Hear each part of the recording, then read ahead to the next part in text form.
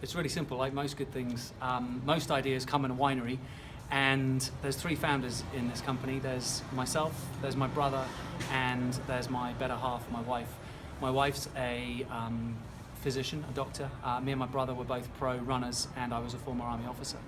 And as you do in a sunny day in San Francisco in one of those beautiful Sonoma wineries, we got chatting about dehydration and how when we were running or when I was in the Army, we wished that we could have had a product. And actually most pro athletes make up their own concoctions. We use grapefruit juice with a little bit of salt, a little bit of sugar and some citrates. If you got the citrate wrong, that's a bad day out. We never used the major sports drinks because they had too much sugar in and not enough electrolytes.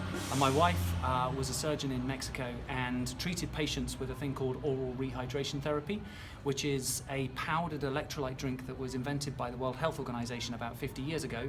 It's as effective as an intravenous drip.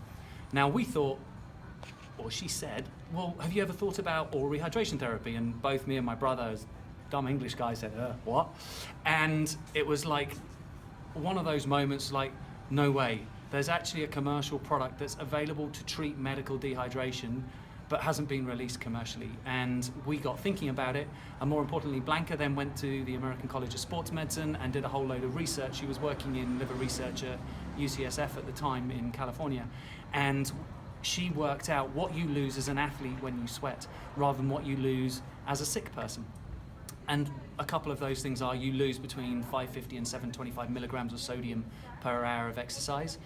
Chloride is also the second most electrolyte lost in sweat, and magnesium is a super important facilitator for many aspects of your body in terms of recovery. What she also did was lowered the amount of sugar, because if you have the correct molecular balance of sugar and sodium, it speeds, now this is a bit technical so I'm sorry about that, it speeds the water absorption process into your body. So as an example, salt always follows sugar and water and electrolytes always follow salt. If you have the correct molecular balance, the sugar acts as a key into your cells, the salt hooks onto it like a bad date on a night out, and the water and the other electrolytes come running into your system and rehydrate you.